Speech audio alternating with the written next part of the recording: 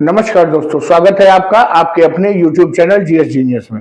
जैसा कि आप स्क्रीन पर देख रहे हैं, union budget 2025, income tax up to 12 lakh is zero.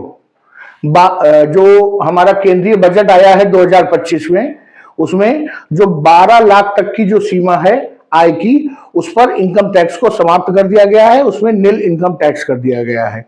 Media में बहुत जोर शोर से इसका प्रचार हो रहा है कि मध्यम वर्गीय जो जनता है उसको इसका बड़ा लाभ मिलेगा। तो इस वीडियो में हम देखेंगे कि क्या वास्तव में जितना हाइप किया जा रहा है कि मध्यम वर्गीय परिवार की जो परिवारों की बल्ले बल्ले हो गई है, तो क्या वास्तव में मध्यम वर्गीय परिवार को कोई बहुत बड़ा लाभ मिलने वाला है या नहीं। तो चलिए मित्रों, इससे पहले कि मैं वीडियो को शुरू करूं, आपसे हमारी रिक्वेस्ट है कि चैनल को हमारे सब्सक्राइब कर लीजिए, और अगर हमारा ये प्रयास अच्छा लगे तो वीडियो को लाइक भी करिएगा, और हमारे उत्साहवर्धन के लिए 2 कमेंट्स भी कमेंट बॉक्स में अवश्य लिखिएगा। तो चलिए मित्रों, शुरू करते हैं। ये है भारत की वित्त मंत्री निर्मला सीतारमण जी।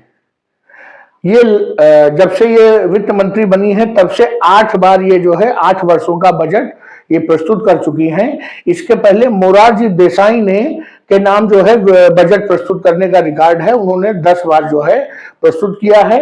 और आने वाले दिनों में अगर कुछ बहुत बुरा नहीं होता है तो ये उस रिकॉर्ड को तोड़ देंगी। तो चलिए मित्रों, देखते हैं। 1 फरवरी शनिवार को जो हमारी वित्त मंत्री है, केंद्रीय वित्त मंत्री निर्मला सीतारमण जी, उन्होंने जो केंद्रीय बजट है 2025-26 को उसकी घोषणा की।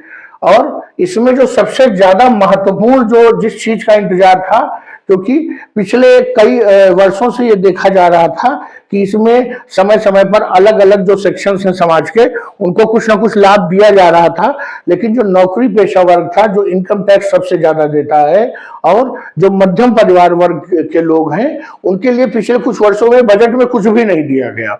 तो इस बार ये उम्मीद की जा रही थी कि कुछ ना कुछ जरूर दिया जाएगा। ये तो पिछली बार बजट में भी कहा जाता था कि इस बार इनकम टैक्स में वो लिमिट बढ़ जाएगी, ये हो जाएगा, लेकिन कुछ होता नहीं था। इस बार लेकिन वास्तव में जो है लिमिट को बढ़ाया गया है, और उन्होंने जो रिलीफ दिया है टैक्स पेयर को, वो जो है कहा है कि 12 लाख रुपए तक जिन लोगों की आय वार्षिक रूप में 12 लाख रुपए या उसके अंदर है, उन लोगों को कुछ भी टैक्स देने की जरूरत नहीं है। क्या उनको इनकम टैक्स रिटर्न भरना पड़ेगा? हाँ, इनकम टैक्स रिटर्न सभी को भरना पड़ेगा, चाहे वो 12 लाख से ऊपर कमाते हो या 12 लाख से कम उनकी आय हो। अब जो ये 12 लाख की जो छूट मिलेगी, ये पुरानी जो ओल्ड टैक्स रिजीम है, जो पुरानी टैक्स की व्यवस्था है, जिसमें जो इंडिविजुअल है वो अलग अलग टूल्स के माध्यम से, इंश्योरेंस, पीपीएफ, इन सब के माध्यम से वो जो छूट लेता था, उस व्यवस्था में ये 12 लाख वाला एडवांटेज नहीं मिलेगा। जो न्यू टैक्स रिजीम है, नई कर व्यवस्था है, उसमें ये 12 लाख रुपए तक आय वाले व्यक्तियों को जो टैक्स जो देनदारी है वो जीरो हो जाएगी। निर्मला सीतारमण जी का ये 8वां जो है लगातार जो है बजट है उनके द्वारा। इसके पहले मोरारजी देसाई ने 10 बार केंद्रीय बजट प्रस्तुत किया था। अलग अलग जो पॉलिटिकल पार्टीज हैं, उन्होंने इस बजट पर अलग अलग प्रतिक्रिया दी है। जो भाजपा के साथ एनडीए गठबंधन में है, उन्होंने इसकी तारीफ की है और बहुत अच्छा बताया है। हमारे प्रधानमंत्री मोदी जी ने इसको आम जनता का बजट कहा है। वहीं पर जो विपक्षी पार्टी है जैसे कि कांग्रेस, उन्होंने अलग अलग मुद्दों पे जो है इसमें अलग अलग प्रश्न पूछे हैं। जैसे किसी ने कहा, शशि थरूर ने कहा कि वो एम्प्लॉयमेंट कहाँ है, बेरोजगारी इतने चरम पर है, एम्प्लॉयमेंट की कोई बात ही नहीं की गई। किसी ने कहा कि ये शब्दों का केवल मकड़जाल है और कुछ नहीं है। तो अलग अलग प्रतिक्रिया आई है, स्वाभाविक है, उसमें केवल राजनीति है और उसका कोई मतलब नहीं है। जो विपक्षी दल हैं, उन्होंने इसको जो है बहुत ही इसकी आलोचना की है।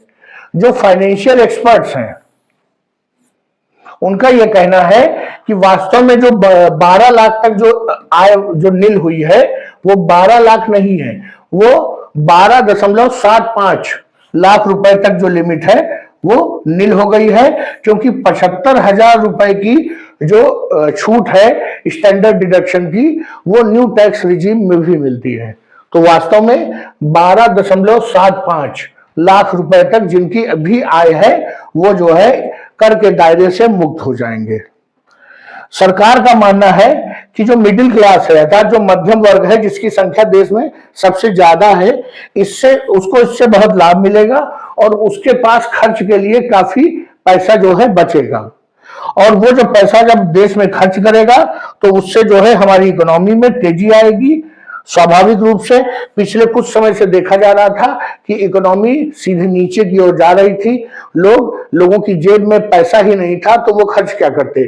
अभी दिसंबर माह में मालूम चला कि इतनी सारी कार डंप है, बिक नहीं रही है। यही हाल बाइक्स मार्केट का है, इलेक्ट्रॉनिक्स के गुड्स की सेल नहीं हो रही है। इन सब के कारण देश की इकोनॉमी पर बहुत बुरा प्रभाव पड़ रहा था। डिमांड थी ही नहीं। और डिमांड क्यों नहीं थी? डिमांड तो है मार्केट में, लेकिन डिमांड को फुलफिल करने के लिए लोगों की जेब में पैसा ही नहीं था।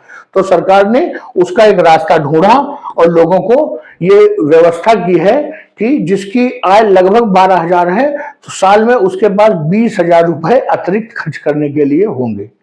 तो ये जो है इस बार के बजट का जो मुख्य आकर्षण है वो ये है।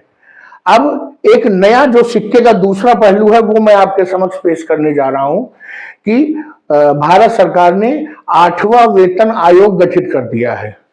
और जैसा कि एक्सपर्ट्स अपनी राय दे रहे हैं कि जब 8वां वेतन आयोग गठित होगा कि तो लोगों का जो वेतन है वो लगभग 20 से 40% तक बढ़ जाएगा। आप समझिए कि जिसकी आज की डेट में जो आय है वो 10 लाख रुपए सालाना है, उसकी आय स्वतः जो है 12 लाख या 13 लाख हो जाएगी। अर्थात जो 12 लाख की छूट वाला दायरा है वो समाप्त हो जाएगा, वो उसके बाहर निकल जाएगा। तो वास्तव में सरकार ये जानती है कि लोगों की आय बढ़ने जा रही है, तो क्यों ना उसका लाभ लेकर के और लोगों को खुश कर दिया जाए और लिमिट को बढ़ा दिया जाए। क्योंकि जैसे वो 12 लाख के दायरे के बाहर आएंगे उनकी सारी छूटें समाप्त हो जाएगी और जैसे पहले देनदारी थी उससे भी ज्यादा इनकम टैक्स उनको देना पड़ेगा।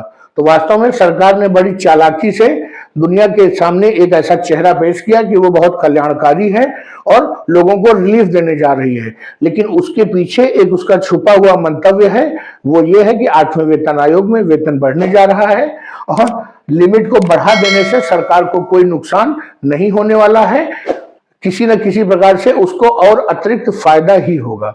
तो चलिए मित्रों, ये था जो हो हल्ला मचा हुआ है कि मध्यम वर्गीय परिवारों की बल्ले बल्ले हो गई है, उस पर हमारा विश्लेषण था। अगर आपको हमारा विश्लेषण पसंद आया हो तो वीडियो को लाइक करिए, चैनल को सब्सक्राइब करिए और हमारे उत्साहवर्धन के लिए 2 शब्द कमेंट बॉक्स में अवश्य लिखिए। तो चलिए मित्रों, वीडियो को समाप्त करते हैं। धन्यवाद।